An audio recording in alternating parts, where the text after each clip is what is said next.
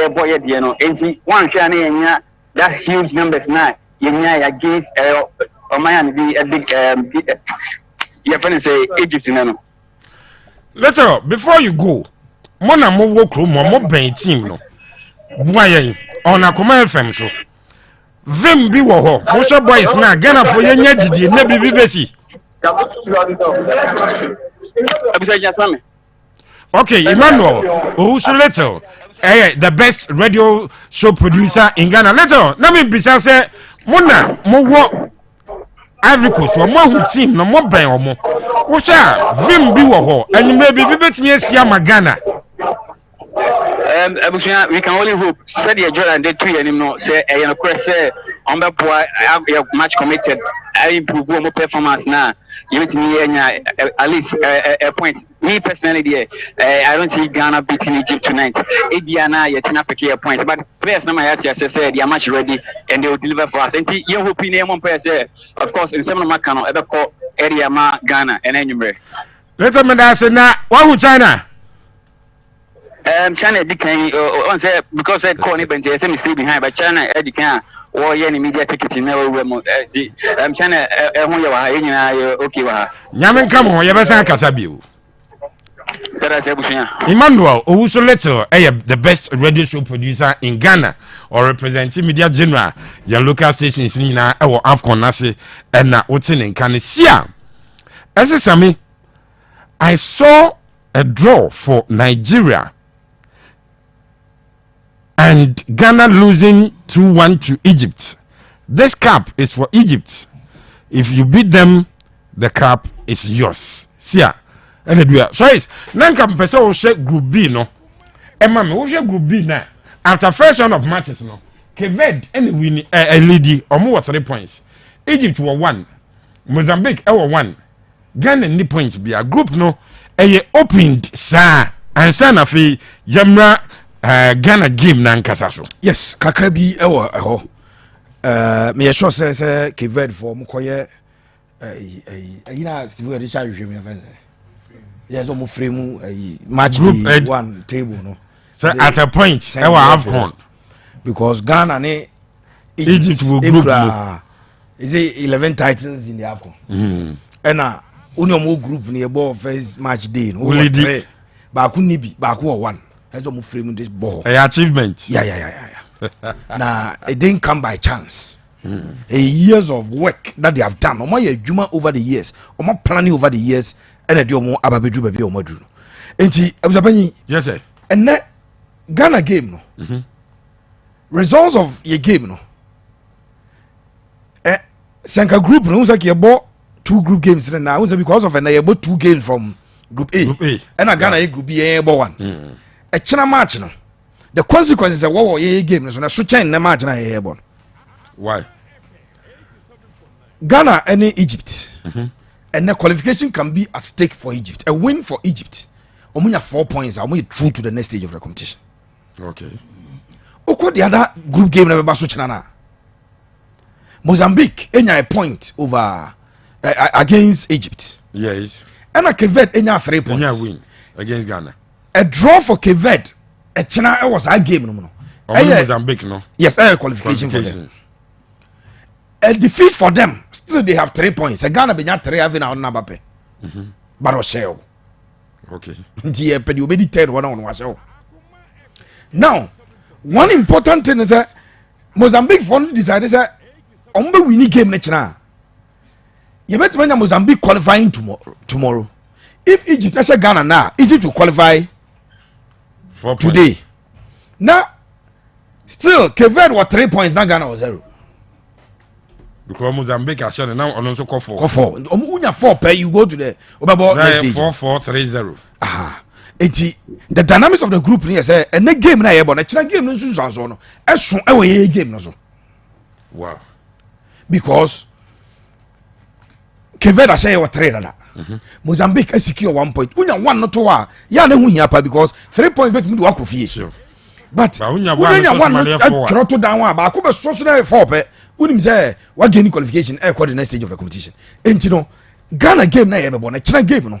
And dynamics na say you bet me wie china because the other group no be watching until say na by the time be second group second round of matches na we say koye 4-4-3-0 na say Chelsea Ghana lose now 2 teams have already qualified and then Cape Verde will have a chance to play an already qualified team because of 3 and sana at the end of the now on the game I disagree with Raf sa Egypt team we emu papa na ya sentia me see omudi ko shia Mali said Mali be sia sha omo no I just say finals because our character it's Madrid and Sadanya strong it's Bra Madrid elusu key players after winning the 3-peat you know okay say I has be Madrid or Santiago been about 4-1 obe yi ni free Sabon say na Champions League final I ask they will have no place in that game because it is the final and the character of the competition will come to play.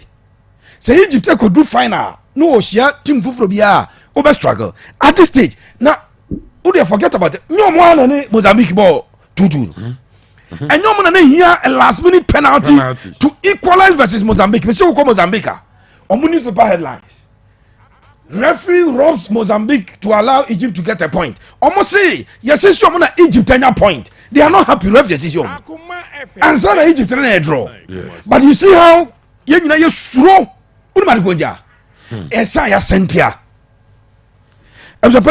Egypt national team Gina Sopa 2010 a depleted Black Stars side yeah call AFCON 2010 no yeah the young players are not free under 2009 Samuel Nkum Ajimambadu Didayu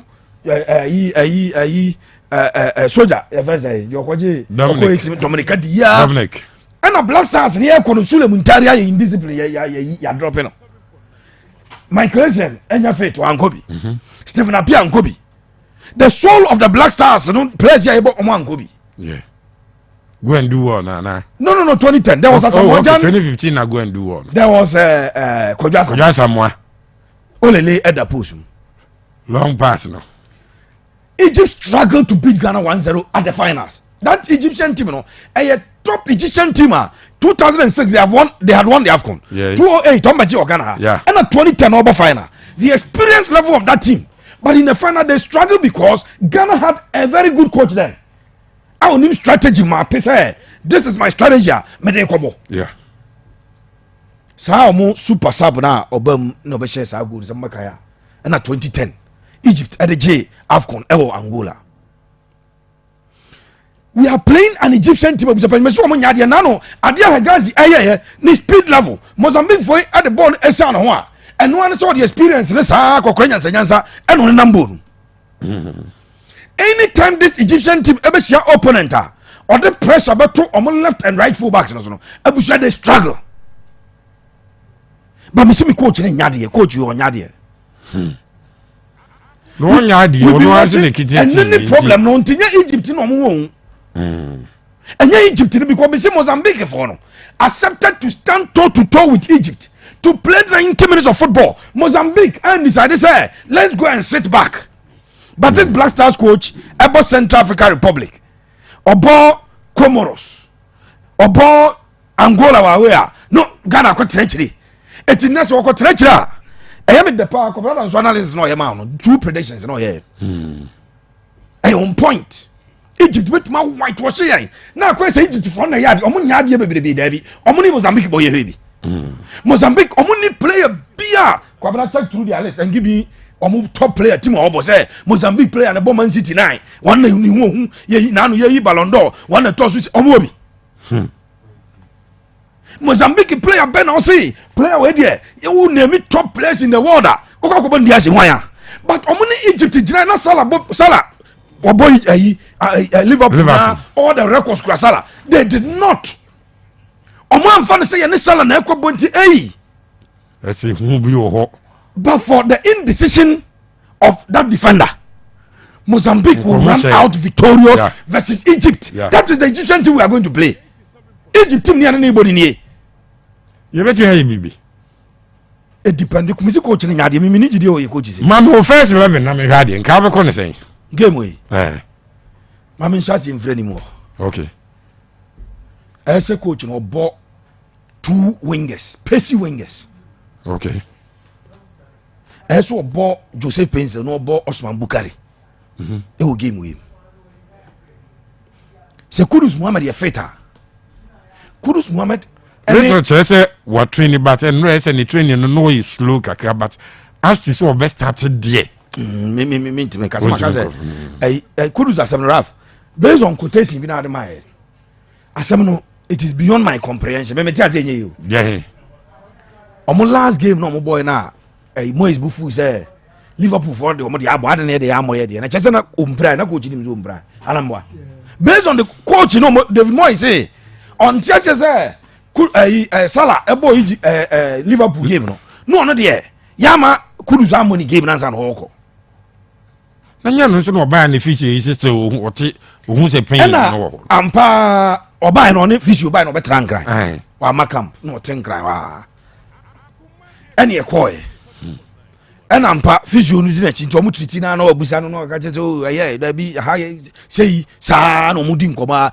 abusua ye bo game ni na nsem na me te no me de batudwa ye bo game ni bilio ye juju sem ni nro bi sam wo blaster camp onye prehu bi aza ya nkrofo ki kan sama chere boys ni bi to ahwe obi be pra kwa bo no be sei kwa sa ya wo de ye mo game che Ghana ye nya serious o me se Plavia report ya ko 2012 AFCON coach ni ya report say wo hu bi da no atetesi asi nro bo na ono blasters na o de call ye no eni mo mo koye wo jeff for the report na no mpam coach no om tete ade ni om pese papa bon tete na onim se coach ne se Rafa mo bo kote ono mo bo table tennis apart from Canada so no bat no se du asa me so ma na wo ba da ba unso mu da bat ne ade bo table tennis no table tennis bat no obusa se wana na kura system o mo mpa fo from me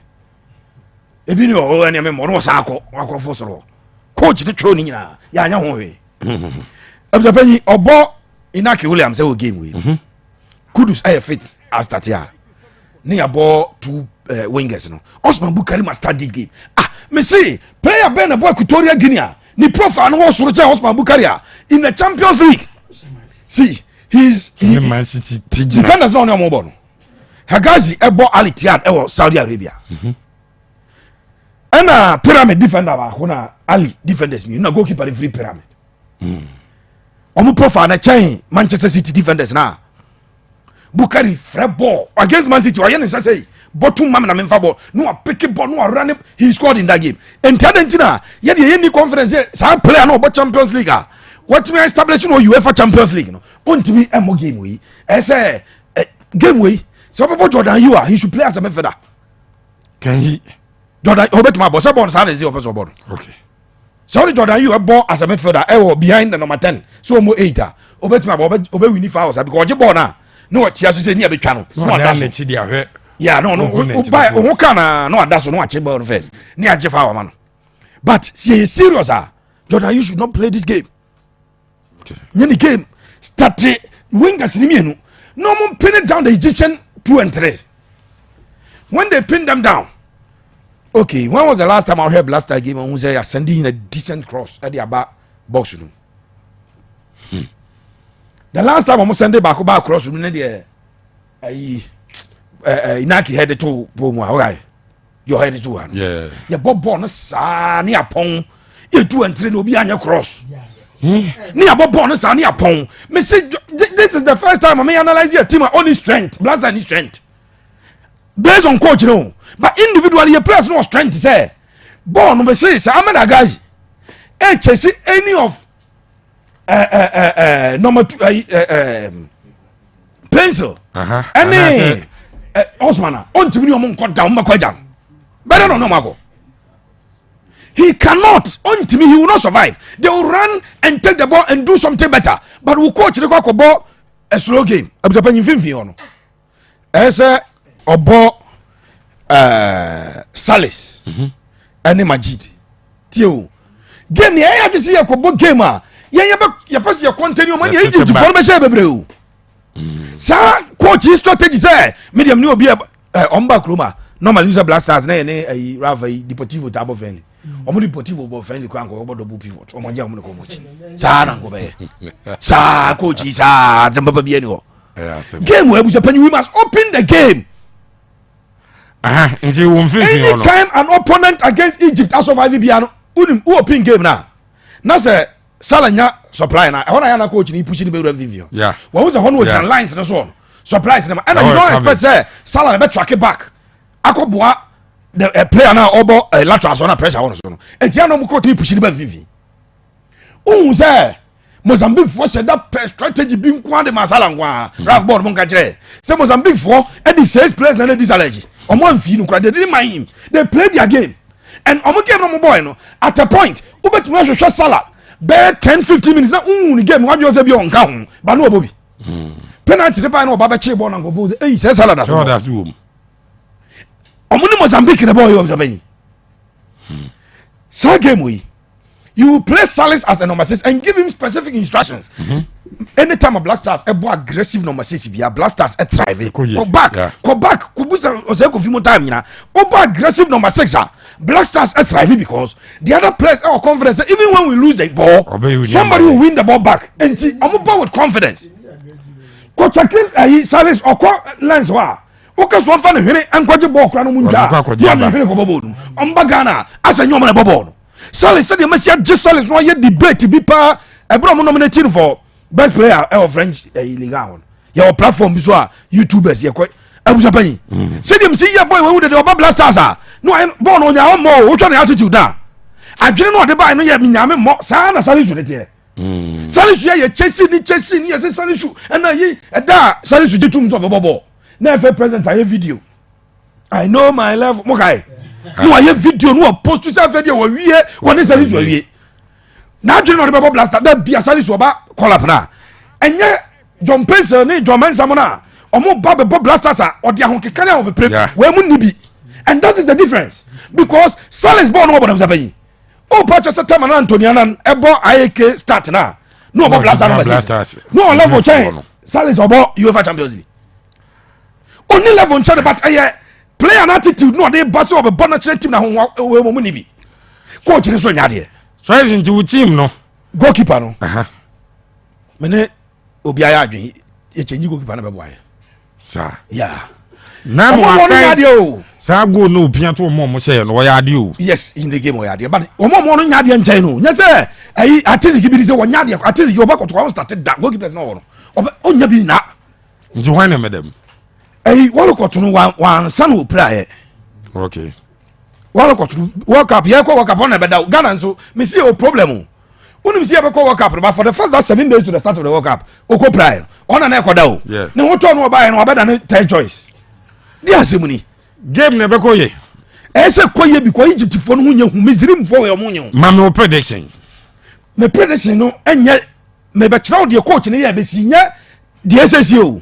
So coach na approach games that they make ya still you will predict na ntime ba mount coach ni suban say coach ni ko bo Salis ni baba Idrisu me nya hu line up na 2-0 against Ghana so boss angle for me enu say no start Jordan you o game no ma 2-0 against Ghana si e kona coach na start Inaki Kudus ni Inaki no o bo mo te say ayi o ka ya brepe o asem we pa Steve what half clutch da so first ye sua ka twa ye isu manu aka o fo be pa half clutch ni ye o fo be pa yes we half clutch na ni enim ka twi na akwa ka ni si be pa so be no a enko na na say half clutch yes and akwa na say Ralph o che half clutch ye o paper so nya ka hu o fo be pa o say ye first and second mfimfin o de to so ya na musa na ka second first mfimfin ye ntimi better also we get the first na mum ade no so first but we clutch na accelerator no akwa na say David wo de same o say first and second you be o de she ho na say the half clutch akwa da ye eno bi na coach yi enti wo half clutch no ese e bo Inaki ne ayi Kudus half clutch yenye ne say Kudus no ani Inaki no bo no manaya o hunu bo no bo o hunu so and you about 2 speedsters but still as a Kudus ben no so Kudus run ya ban fimfi obi Inaki nko right side o na your right sided player no mo aba uram as they na Liverpool for the year bi no Firmino ne Salah mo bo na coach on zade we nti abeko sen so is eti predictions na do so kwabra da so de ba ko de ho twitwiri ho say Egypt share first game first goal yes almost first goal man share 5 almost 6 sorry ko because Egypt nya share first goal fe na coach be na say ye miem Egypt for ye biema Mustafa Mohamed Salah no omo mebo ball bi dey stay there and the true passes I expect say on bet mabo true passes am Salah enya one on one to say the osi enya no about atwene no obehye ho so once ye omo share first goal me share bebre am pass coach so share one first minute o dey up am pass ball first minute ye share one obet my change e dey holding me first say Elisha go bi aye nti obet mabo Elisha abo Salis abo Baba Idrisu na because that number 5 ba because that san coach ne tie onye initiative bia ya ba ko sen so is eti coach ne so ban too predictable ne yi ya ba 41 minutes Ivory Coast in shape Nigeria shape basa abo mo bo game we say ke El Clasico say ayi so indomitable lions no so na Senegal babo say ke nyinya finals before finals be break wa AFCON yimo e bi na Ghana so be boni na Egypt Ghana ba he de omo ye Africa ball no Ghana will not lose okay but nyana na ye results game we Ghana 2 Egypt 1 no panel results as ever but we put depending on say Egypt 2 as ye show mo correct omo restructure Egypt for as ye show mo correct restructure so is me that say Saskandi and we are now home for thank God you are okay today or senior the case is even worse than what Seraph is presenting to you. That makes you feel bad. That makes you feel sad. If you limit our form to the AFCON tournament, we have won only one game against Guinea-Bissau as far as 2019. We lost semi-final to Cameroon in 2017. We lost the third place game to Burkina Faso. In 2019, we won against Guinea-Bissau. We drew against Benin. We drew against Cameroon. We lost around 16 games to Tunisia. In 2021, we lost to Morocco. We drew against Gabon. We lost to Comoros. In 2023, we lost our opening game to Cape Verde. 1 win in 10 games. This is our situation, yet there are ministers who, out of either naivety or wickedness, tell Ghanaians that we will win the AFCON. If they are serious, they should put their jobs on the line when they make such statements. Tonight, it will be fire. Sir, NSS Candy, Edia Bopanyi, Sir Ubia Hoye. Sir, confirmed, Kudus will start. Kudus is started. Yes, Kudus will start.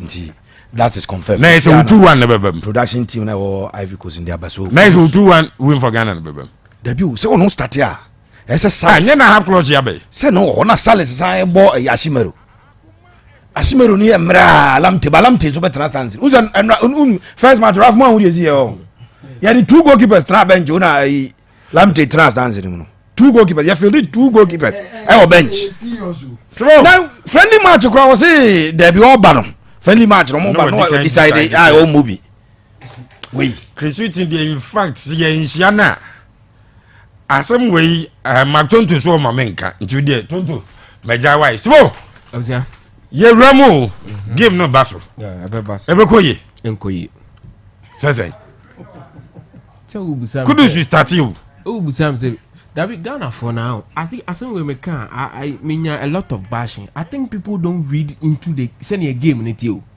What does Kudu offer Ghana until a trump card? I say in the blast out shit, me or your player, me panasam bakusi because he doesn't play. And a born gronya on passing mobi in Shebi. On passing mobi, baby, or bam no about your bassy see. You watch the ye. And yes, we feel say he's football no, and I say Intina Kudus ball West Ham, ye bonidin ordinarily. Thank you, a player or bought Chelsea, ball Liverpool. We will not even consider Kudus. Okay. Ye game on na say into ye Kudus at West Ham. Umwa on Gerard Bowen. No, I should be near Bonidin. Na Kudu West Ham. So I established the home. Yeah, West Ham for no. Now West Ham na so mumuni superstar. Gerard Bowen in here. Do call West Ham abegidin. And Omu Bonidin Kudus. no question about the talent okuta potentials obetimi abe a world class player but onru hoye abusua yes sir me opinion no differ entirely from the Pepe can say Egypt for no omosansa if you watch the game against Mozambique omo underrate omo because the game now they created decent chances senye poor executioner anka Egypt would have left by 3 by the time ansana nkofoni shegu no inti ebibe bana sala ebogu a lot of miscues on omunya in the game no yet they felt say opposition no mushia no omunye team also omo panic they can beat them inti before they realize what they share goals no crawl omo share no they were slow to react to all the situations inti we share omo second goal na Mohamed Eneni gina ho anko betimi a close the gap no gina say defender Hegazi and sliding in ena was it Slitty or City at the ball no ekoya okoshe so Egypt for no create chances o hwe game ni ye pa omo create chances but omunya one of the woeful finishes na omanya in omu games omo ball and the result to and Mozambique for no make the best out of the little chances they got in the game. And Omanya on a silver platter, sir. In as much as Omuche goes, they defended very well. Their organization was superb. In the Mozambique for no any point out of Egypt by fluke. It was a tactical organization and display of bravery and resilience. And Omudikunya Sadiano. Now I was here. Me share a team ni yepa. And you can't say Jigusa. Of course, many people knew whoever Okasa and Sana Mekasano. I was we need a change in goalkeeping. Sir. Okay. You hear goalkeeper and change. Although what's a man at baby tank ni huru. Professor tank ni huru. Munjeno. And they mediama defender and also nya bench no so tana because you know Baba Akwana Venze. Baba Mensano. Onyo na bottle ana Gideon Mensa. Gideon. Game when you game for did you and you game for Niniano. They have no business in this game. Both players they have no business being part of this game. Egypt and Ghana in the group stages Yeshiabi 3 occasions Obiasha and Yonko Bako draw a bar but Omasha in the final Cup into a more the upper hand. Okay, 1992 Tony Yeboah eshe go na Ghana e wini ye. Inti Egypt wa upper hand. Abusia ni aye koye ni nebia no. Whoever, however or best start bia no. Or try bibi na ahwe. Inti sani o man na was a year before. Wasn't Kenya 3 systems are they call competition. Yeshia we are need ni. Yeshia tried and tested. That was the reason and also mobile local teams ni be extra there. Coach na anyesa. Abusia. So hope the meka ko see appear some time ago. Na central for ni be man where they been describing as blockheaded. We hear the true definition of that word. Anything. Papa no always say no. Ka bia. Yenti obia. Crazy. Oh you blockheaded. Yenti obia. Oh on your hash. Oh you blockheaded. Me will block anything. Yenti obia. Anase you had a chance to work closely with certain coaches. Okay. Into na ubo coach bia dia menena aben no hu na djuma metro ne attribute. Okay. Kisuti ndia no anya kra. Because game we no I wasn't kitimi a heti Egypt for no why? Because Messi Ghana game no free the time and I warm midfielders mube ball retention was ro timi she goals ni bi Ghana game na free ho ti like Kinson Steven Appiah Michael Essien Sulemuta these are midfielders nyina she go e ba so nye aggression so de be ma ho nti de o hwe free midfielders bi ho bia no benya Baba Idrisu no de ya hwehwe qualities of a proper midfielder no unya bi free no ho Salis no unya bi free no ho ni nyina kabum ma me prediction e be ko and then kabum no Osman should start and ye game for Ayu. Papa na your friends the attorney free Spain. Inaki. And any game. Also mpebe bi man Joseph Pencil se kudu si feta. Kudu is starting. Yes, or It's been confirmed or starting game. Ashimeru Salis na also omobo. Goalkeeper na omo nsesa no. Number 2 no so omo nsesa no. Ebe ko say. No mo Hamidu no metra bench. We ne bra. Mensa ne bra na matre. Omo ma ne mo enti na me fa na. Ma me prediction yen ko. Lam teri jina no mo stands ni mo. Abuzia. Say e court send your call first game na. 4-1 for Ghana. Derby for Egypt. One corner sir. But osisa bibi e kire say we sua from the previous game ne dia. You end the game no with a point. Choice. Yako nyame adoma Saturday. And you may game near 8 p.m. Yeah. 8 p.m. Ghana time. Okay, see so any Ivy Coast the same time. And you may 8 p.m. Yeah. And a game no a basso. Nyame adoma Saturday a ebe. Yenua Nana Mensensha businessman e wo boase. Ne papa e da form.